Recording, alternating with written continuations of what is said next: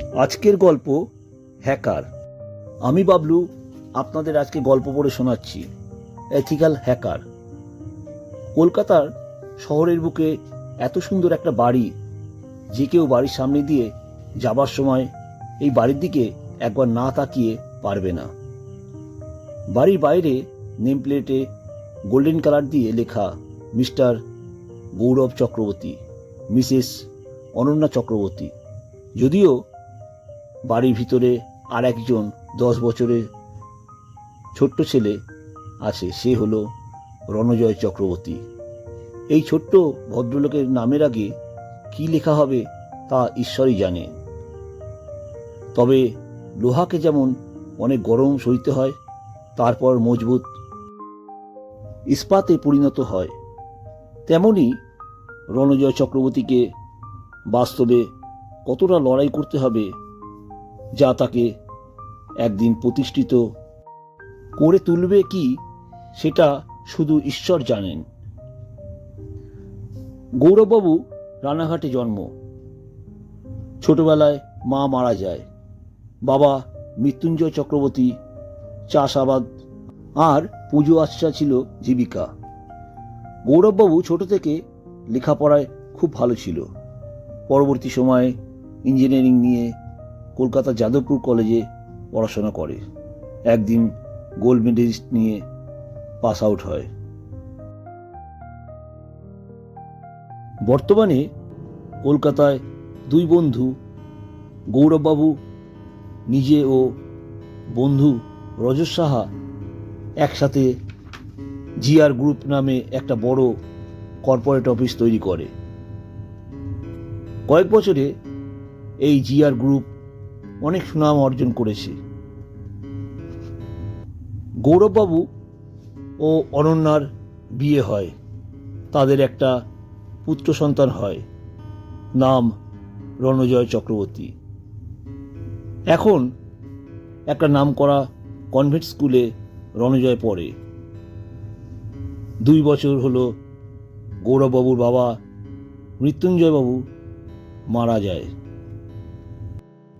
রানাঘাটে পৈতৃক বাড়ি এখন ফাঁকা পড়ে আছে। ছোট্ট ছেলে রণজয় চক্রবর্তী স্কুল থেকে বাড়ি ফিরে সন্ধ্যা পর্যন্ত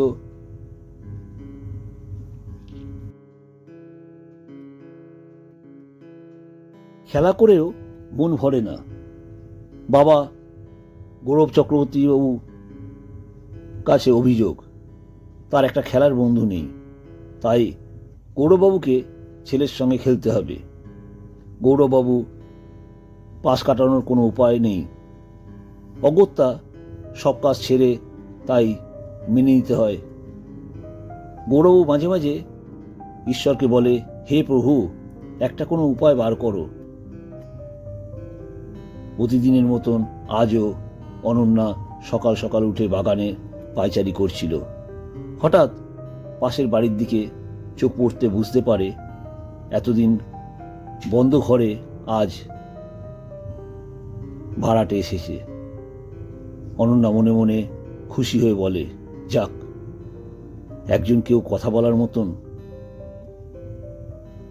কেউ তো আসলো।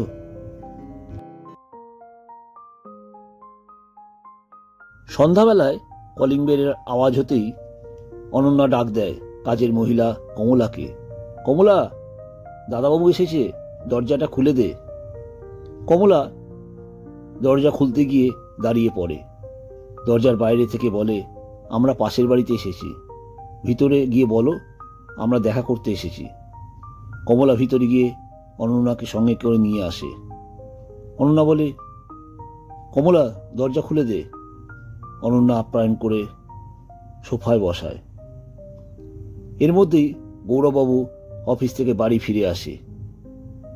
অনন্যা পরিচয় করায় গৌরববাবু ও এটা ছেলে রণজয়, ডাক নাম রণ। প্রতিবেশী ভাড়াটে নিজের পরিচয় দেয়। নমস্কার, আমি অভিজিৎ ব্যানার্জি, আমার স্ত্রী অন্তরা ব্যানার্জি ও কন্যা সন্তান মল্লিকা। ওর বয়স এখন মোটে 8 বছর। কলকাতার নামকরা কনভেন্ট স্কুলে রণজয় ক্লাস 5-এ পড়ে। সেই স্কুলেই মল্লিকা ব্যানার্জি ক্লাস 3-তে অ্যাডমিশন হয়। এখন রণজয় মল্লিকা একসাথে স্কুলে যাওয়া ও স্কুল থেকে বাড়ি ফেরা।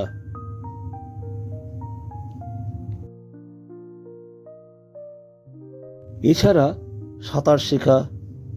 একটা কথা, রণজয় এই ছোট বয়সেই সাঁতারে দুবার চ্যাম্পিয়ন হয়। রণজয় পড়াশোনার সাথে কম্পিউটারের ব্যাপারটা ভালো জ্ঞান ছিল। স্কুলে সব স্টুডেন্টের থেকে বেশি নাম্বার পেত। কম্পিউটারের টিচার রণজয়কে তাই কম্পিউটার ব্রেন বলে ডাকত। রাতে খাওয়ার পর ছাদে গিয়ে একটা মাদুর পেতে শুয়ে শুয়ে আকাশের দিকে তাকিয়ে চাঁদ, তারা, আরো কত কি দেখত রণজয়।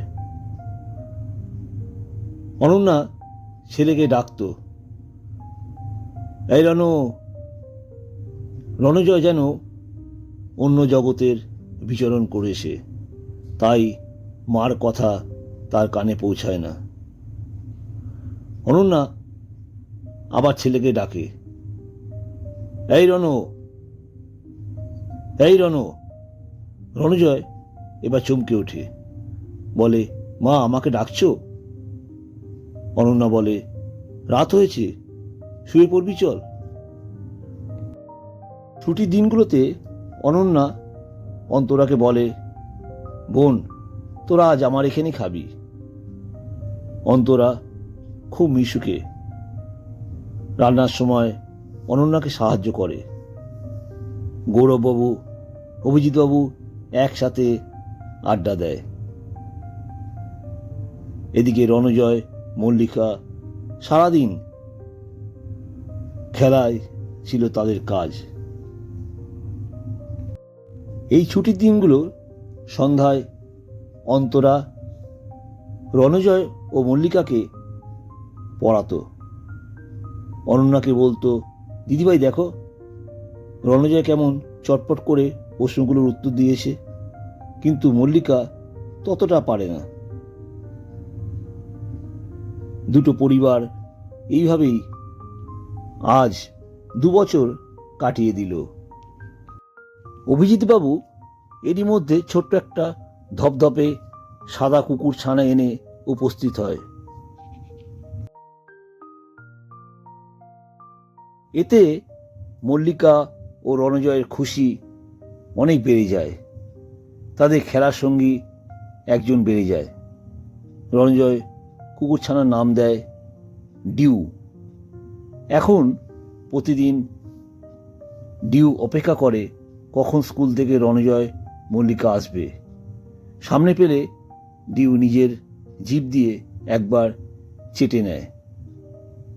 এতে রণজয় মল্লিকার মজা দ্বিগুণ বেড়ে যায়। আজ রণজয় ক্লাস 7-এ ফার্স্ট হয়েছে, তাই ফোন করে বাবা গৌরববাবুকে খবরটা জানায় আর বলে, বাবা আমার কথা দিয়েছ, সেটা মনে আছে তো? গৌরববাবু খুশি হয়ে বলে, আমার ছোট বাবা, আমার মনে আছে। আজ রাতে বাড়ি ফেরার সময় একটা দামি ল্যাপটপ কিনে আনে। রণজয় ল্যাপটপটা হাতে পেয়ে আনন্দে ঘুমাতে অনেক রাত হয়ে যায়।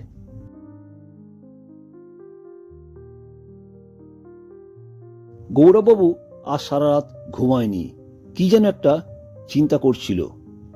মাঝরাতে ছেলেকে দেওয়া ল্যাপটপটা বার করে সারা রাত ধরে কি সব লেখে। সকাল হলে গৌরববাবু ছেলেকে ডাকে, রণজয় ঘুম থেকে উঠে বলে, বাবা কিছু বলবে? গৌরববাবু ছেলেকে বলে, আমি বাবলু আপনাদের এতক্ষণ গল্প শোনাচ্ছিলাম। এই গল্পের পরবর্তী অংশ শুনতে চান তাহলে অবশ্যই এই ভিডিওটিকে একটা লাইক দিয়ে গল্পের ডায়েরি চ্যানেলটিকে সাবস্ক্রাইব করে পাশে থাকা বেল আইকনটিতে ক্লিক করবেন। যখনই আমি নতুন কোনো ভিডিও আপলোড করব সবার আগে আপনার কাছে পৌঁছাবে। আপনাদের মূল্যবান সময় দেওয়ার জন্য অনেক ধন্যবাদ।